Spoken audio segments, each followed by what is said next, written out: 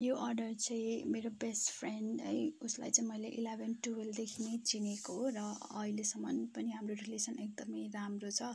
उसले चाहिँ क्यान्डलहरू म पनि लिन्छु होइन, तिम्रो बिजनेसमा सपोर्ट गर्छु, कस्तो कस्तो हुन्छ राम्रो भनेर देखाउन भनेर भनेको थियो। अनि मैले निकैवटा स्याम्पलहरू देखाएको थिएँ, त्योमध्ये उसलाई यो जारवाला डेजी फ्लावरवाला चाहिँ उसलाई एकदमै राम्रो लाग्यो।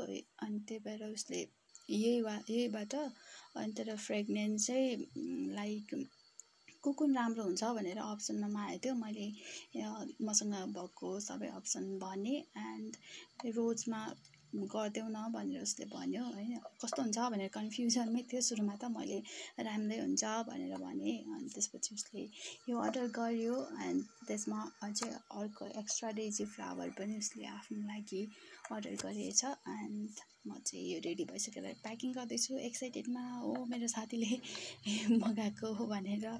एन्ड यो सबै प्याकिङहरू भइसक्यो। अनि यो डोरी बाँध्ने उमा चाहिँ फर्स्ट टाइम बाँध्दै थिएँ क्या, अनि मिस्टेक भयो, फेरि त्यसलाई उल्टो पारेर फेरि बाँध्दैछु क्या। जस्ट एक्साइटेड भइरहेछ यो प्रोसेस चाहिँ मेरो लागि।